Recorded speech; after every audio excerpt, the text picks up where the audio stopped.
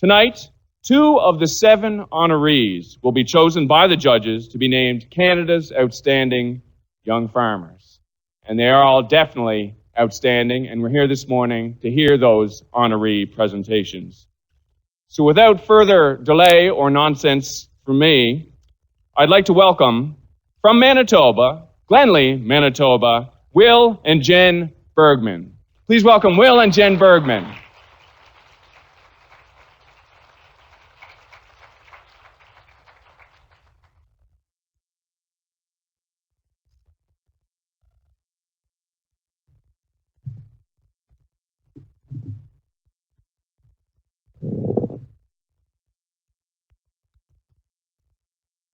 Hi, I'm Will Bergman. And I'm Jen, and we are so thrilled, proud, privileged, and honored to represent Manitoba today. But more importantly, we are here to represent agriculture from across this wonderful, vast, and diverse nation. We are the voice of farms, families, and the workers that put mouths into the world, that put mouths of food into the world. We share individual and collective experiences that tell the story of agriculture and bring it into the modern era of popular culture. We are groundbreaking in the conversation around food and agriculture because we farm both organically and conventionally and are challenging the mold of conversations from generations past through our words, photos, videos, and real-life connections. We are forging new dynamics in what farm to table means and wish that everyone who eats has an intimate relationship with their food and where it comes from. Everything we do on our farm is specifically crafted to further the outcome of ag education and human interaction. We are dreamers, we are connectors, and we are authors of food stories. I'm a third-generation full-time farmer, and we are partners in Bergman Brothers Farms with my dad and my uncle. The farm was started in 1925 by my grandfather and great-uncle, the original Bergman Brothers. 3 kids farmed until 8 years ago when Jen and I bought out the oldest uncle in the partnership and moved on to the yard. I've always been on the farm, but took the time to go to the University of Winnipeg, where I played basketball and helped coach for several years. Our farm is just south of Winnipeg, only a few minutes from the heart of the city, in the flat basin of the Red River Valley against the Red River, where the only stones that we see are the ones the municipality occasionally blesses us with on the road. Will and I met in the fall of 2002 at a choir rehearsal and realized fairly early on that music wasn't the only love we shared. We were married 2 years later, 14 years ago. Before meeting Will, I never thought I would marry a farmer and be transplanted from the city to the country. And years later, I told him if he lived any further from the city, we never would have happened. I graduated from the University of Manitoba with an education degree, and before we had kids, I was a grade 1 teacher. Now I'm at home with our 3 children, taking the reins on some of the organizing and social media content creation for our business. Our farm has traditionally grown grain and feeder hogs, and we had a dairy. Sold the dairy in 1996 and expanded further into pork. We currently grow wheat, canola, soybeans, and corn, but most recently have started an organic CSA vegetable garden to provide families and restaurants in our local area with fresh produce. Originally, I never thought about being involved in the farm or how I could integrate into daily farm business. But with a camera in hand, things started to change. My view of the farm and how Will saw things also started to change, and it started to align. We could see a future that was bigger than just ourselves. We began taking photos on the farm when we realized there was a huge gap in our family's photographic history. We wanted to have something for our children and generations to come after to look back on and remember. Together with social media platforms, we very quickly became passionate about sharing our story with other people and other communities.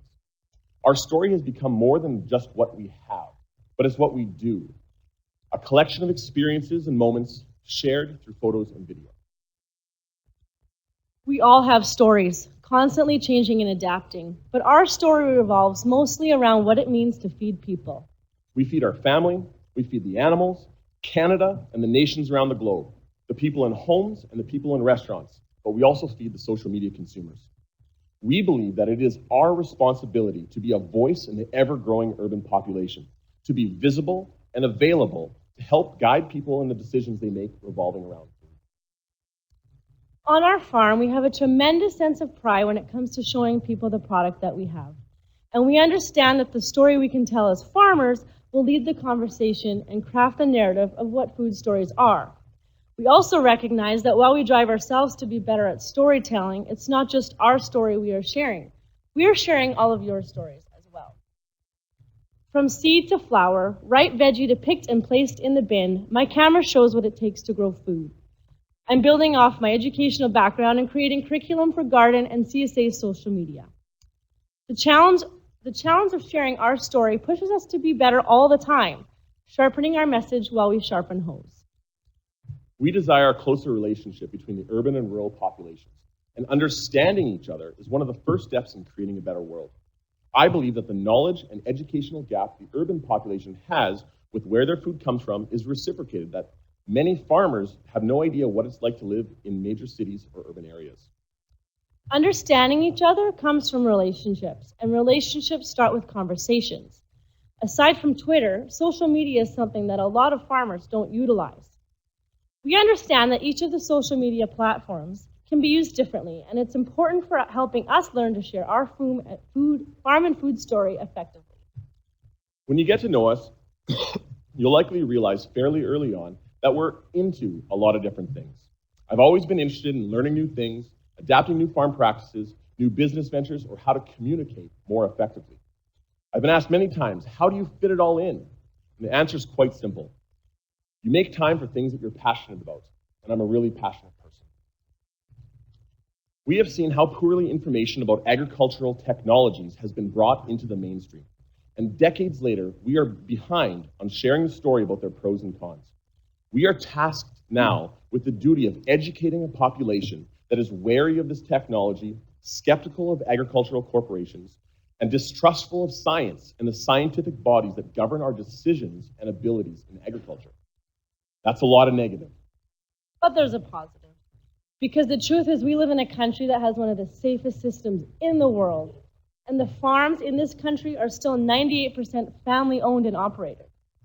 This is all part of the story that we share, the story we share collectively. I get excited about teaching people about agriculture, and I've spent a lot of time with the Little Green Thumbs program and Ag in the Class, talking at teacher seminars and in class with kids from 1 to grade 12.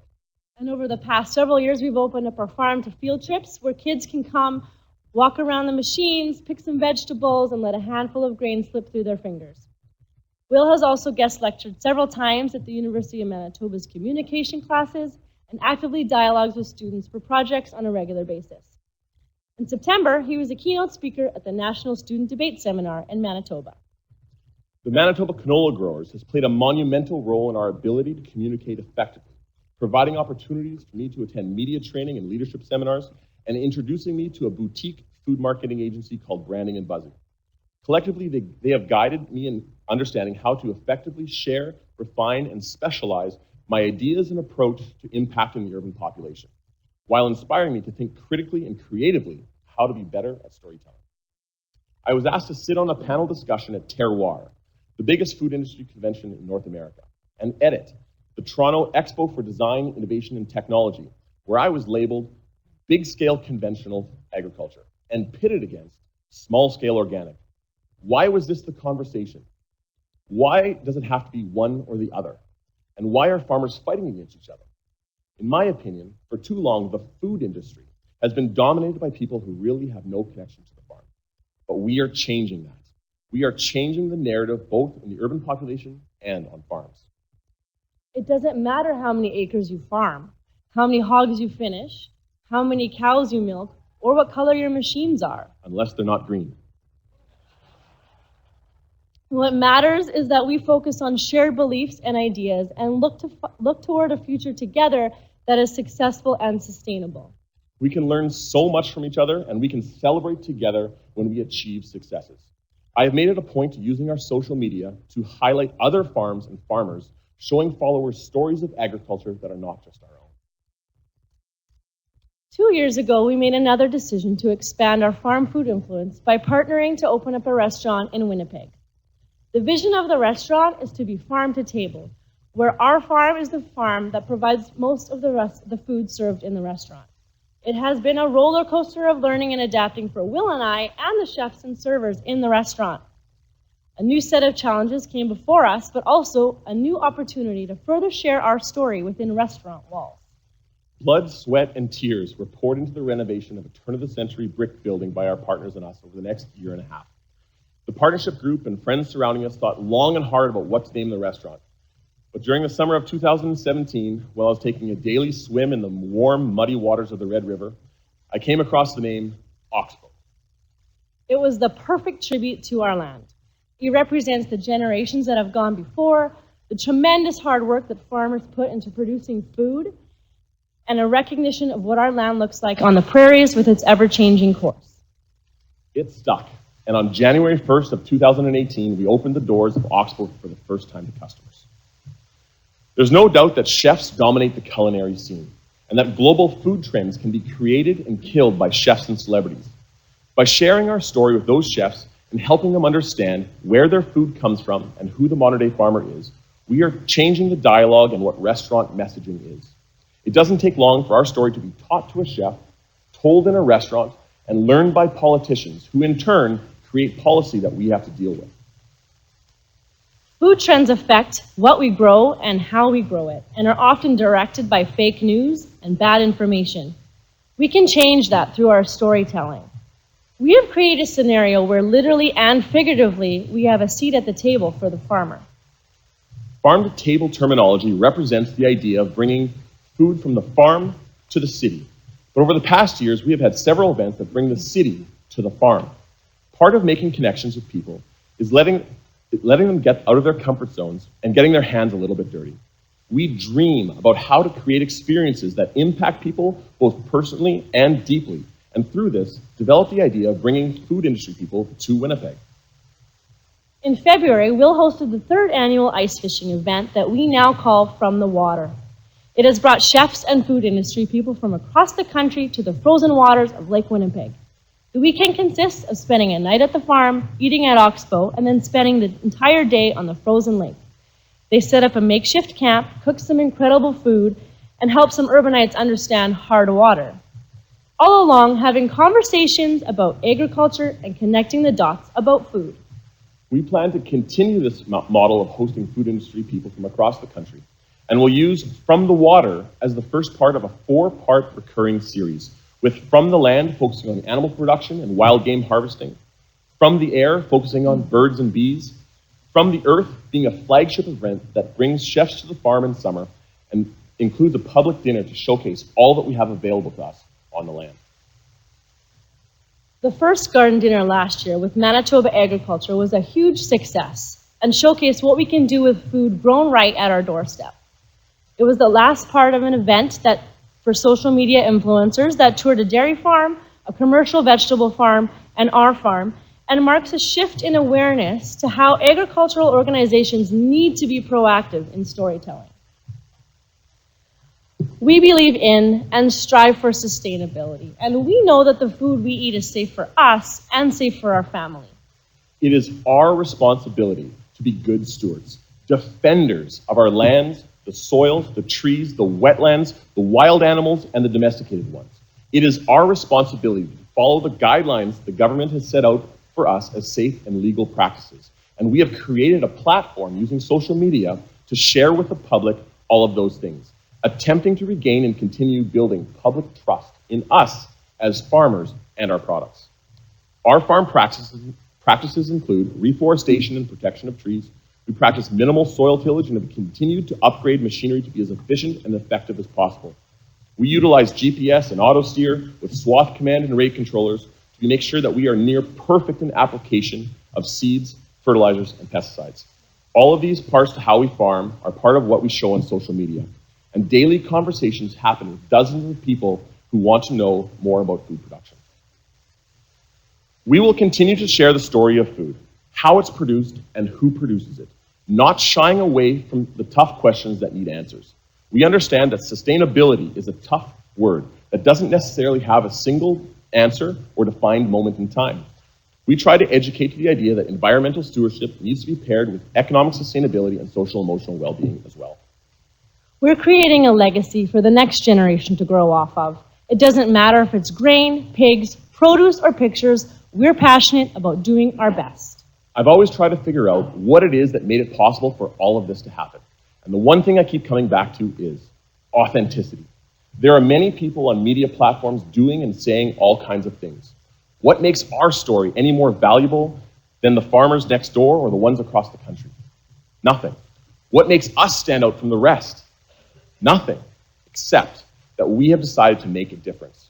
We have decided to stand up and be a voice in agriculture and for agriculture. It's important that people learn the farm-to-table story. It's important that people learn that there isn't one right answer to all of their food needs or fears, that it will take all kinds of farmers farming all types of ways to produce safe, nutritious, affordable food for everyone. We're not trying to reinvent the wheel, we're just trying to be real. Dreaming, connecting, and showing you what farm life is like, how your food is produced, and who the modern-day farmers are. Thank you.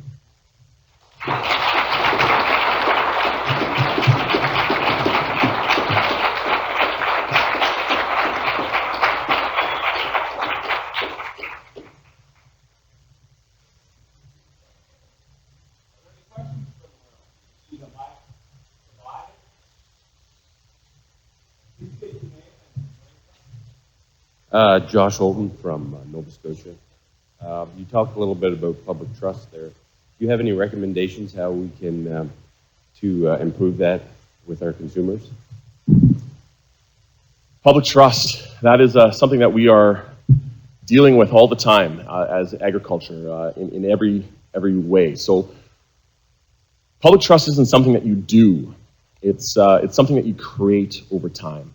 And I believe strongly that you have to be intentional with our storytelling. And we all have stories. We mentioned that before. We all have stories that are different from each other, but we all have collective things too. And we have to understand that we can tell those stories and we can share those stories with our spheres of influence.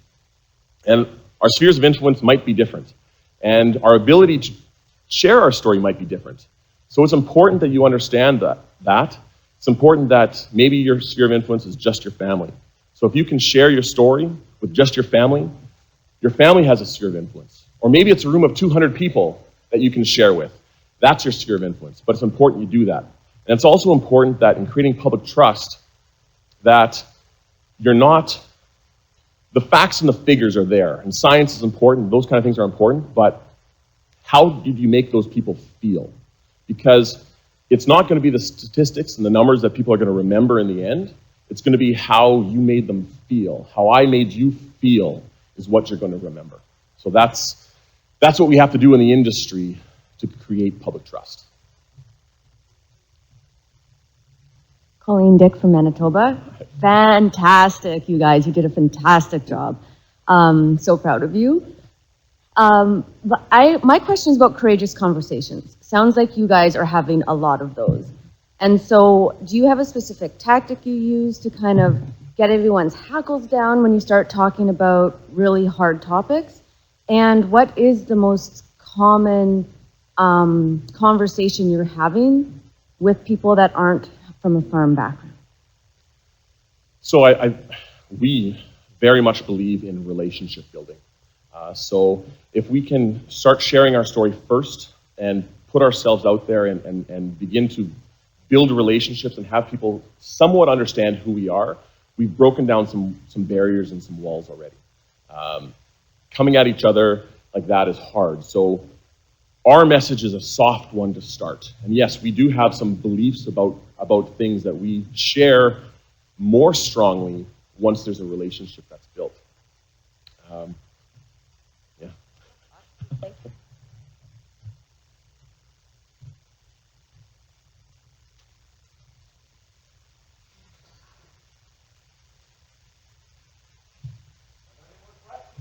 Yes. Great job, great presentation. I'm Maggie Van Camp from BDO and a farmer in the GTA. So one trend we've seen in some of the farms that have opened up their farms to public events is that they become targets for activism. How are you dealing with that, and how do you think the industry should deal with it? That is a very tough question. Yeah, especially in the GTA, I'm sure that's a thing that you deal with more than we do on the prairies. Being south of Winnipeg, we we haven't dealt with that activism on our farm yet. That's a tough one. I'm not sure if I can completely answer that, except that we have to share our story first. It's really important that that we can tell a story first and be the first one out there, get to the media first so we can share our side of things so that we're not behind all the time. And if we're behind, we're always playing catch up. So why is that activist there? Well, probably because it's been years of being behind on the conversation rather than being ahead of it. So I think in the future, agriculture as a whole really has to push forward at being the first at storytelling.